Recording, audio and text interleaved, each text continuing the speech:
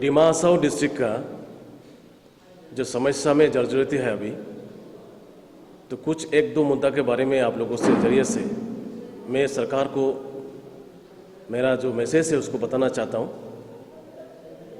एक मुद्दा है कि 6 शेड्यूल को लेकर 6 शेड्यूल भारत के संविधान के अंदर में the 6 schedule constitution to the constitution of India आज थोड़ा सा डाइल्यूशन होते जा रहे हैं। ऐसा है कि एनसीएल्स ऑटोनोमस काउंसिल और कार्बन ऑटोनोमस काउंसिल यहाँ पावर्स तो है, लेकिन आहिस्ता आहिस्ता डिस्प्यूट सेंट्रिक होने जा रहा है। यहाँ ऐसा है कि कुछ एक दो आदमी को यहाँ चीफ बैठा दे और सारा का सारा रिमोट डिस्प्यूट से कंट्रोल करे, और जो बीटीसी जो है हगरमा डिस्प्यूट से कंट्रोल नहीं हो रहा है, इसलिए उसको भंग करके राष्ट्रपति शासन, गवर्नर शासन लगाया गया है।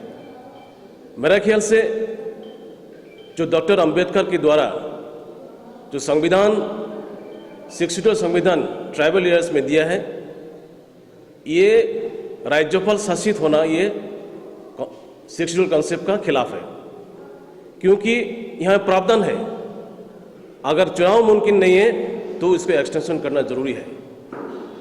गवर्नर का जो डिस्क्रिशनरी पावर है, इसका मतलब ये नहीं कि वो डिस्क्रिशनरी गणतंत्र के खिलाफ और कॉन्सेप्ट के खिलाफ जाए। दूसरा मुद्दा ये है कि डिमा हासाओ का असम का जो पार्ट है, एक डिस्ट्रिक्ट, ये सिर्फ बाउंड्री में है। हकीकत में असम सरकार डिमा हासाओ को असम का पार्ट हिसाब से स्वीकृति देता कि नहीं, ये संदेह में है, क्योंकि संतोष हो जाए जो 26 तारीख को जो घटना हुआ, आज करीब 1.5 महीना होने जा रहा है, लेकिन आज तक पुलिस का जो कार्रवाई वो थोड़ा सा संदेह के दायरे में है, क्योंकि घटना होने के बाद 1.5 महीना गुजर गया, लेकिन आज तक एक भी कल्प्रिट अरेस्ट नहीं हुआ, एक्शन भी नहीं हुआ है।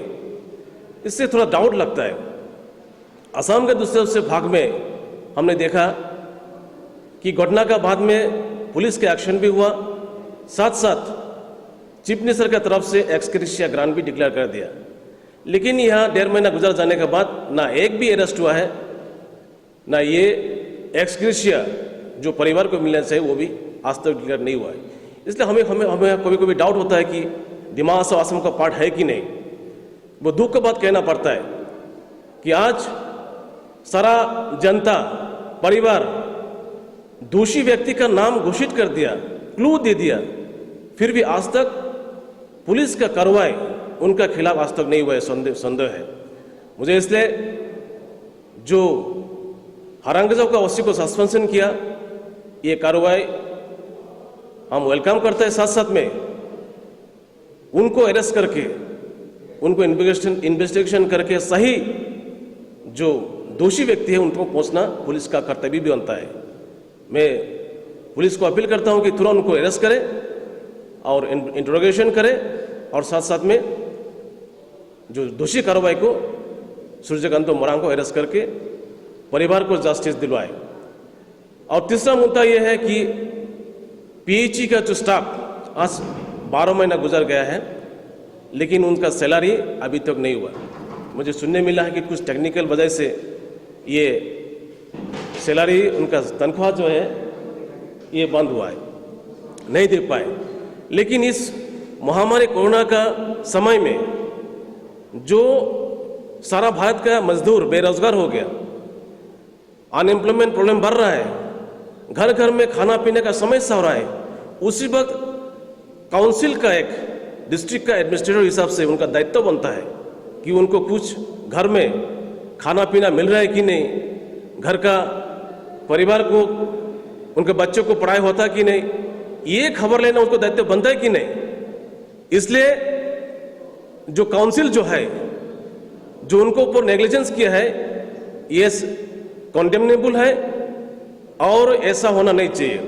मुझे इसलिए काउंसिल अथॉरिटी से भी रिक्वेस्ट है कि जो रिसेंटली गवर्नमेंट ऑफ असम ने फंड जो रिलीज किया 296 करोड़ 52,17,000 जो पैसा रिलीज किया है, उसमें से कुछ पैसा ऐसा है कि कॉन्स्टिट्यूंसी वाइज 86 करोड़ जो ग्रांट दिया special package for the constituency wise in Dimasa district, और दूसरा एक एडमिनिस्ट्रेटिव चार्जेस तो 9 करोड़ पैसा दिया है। उसमें से कुछ एडजस्ट करके जब तक 538 एम्प्लॉयज़ पीएचई डिपार्टमेंट का सैलरी नहीं मिलता है, उनको थोड़ा सा वहाँ से एडजस्ट करना जरूरी हो गया है।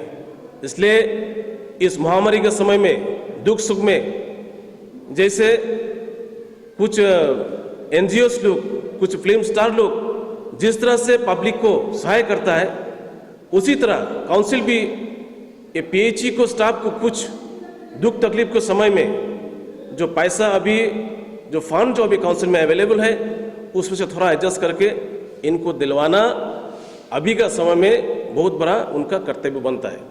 इसलिए ये भी काम तुरंत करें, और साथ साथ में जो कोरोना के खिलाफ लड़ने के लिए जो तैयारियां होना चाहिए था, ये बहुत जरूरी मुद्दा है। क्योंकि दिमाग में अगर केसेस बढ़ता है तो क्या होगा, ये भगवान के भरोसे में है। क्वारंटाइन सेंटर अभी तक तैयारी नहीं है, जो बाहर से लोग आएगा उनको किस तरह रखेगा ये भी तैयारी नहीं है।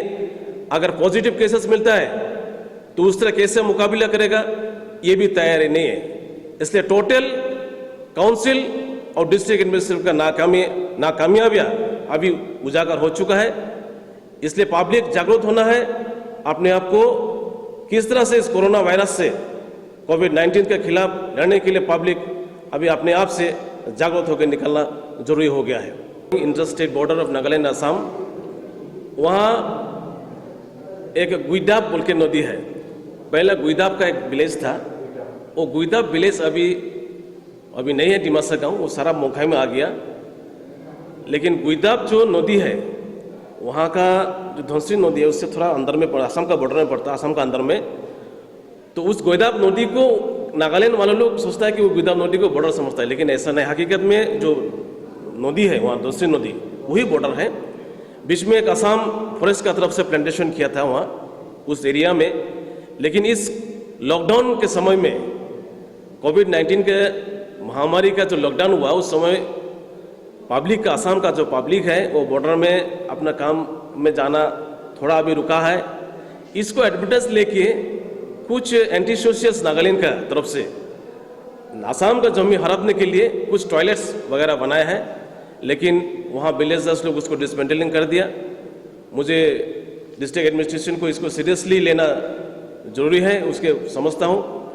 और साथ साथ में वहाँ जो टेंस एक फ़ायदा हुआ है, एक माहौल सा खराब माहौल पैदा हुआ है, उस माहौल को किस तरह से ठीक करेगा ये डिस्ट्रिक्ट एडमिनिस्ट्रेशन तुरंत उसको कदम लेने से ठीक रहेगा, नहीं तो सिचुएशन और भी खराब हो सकता है बॉर्डर में।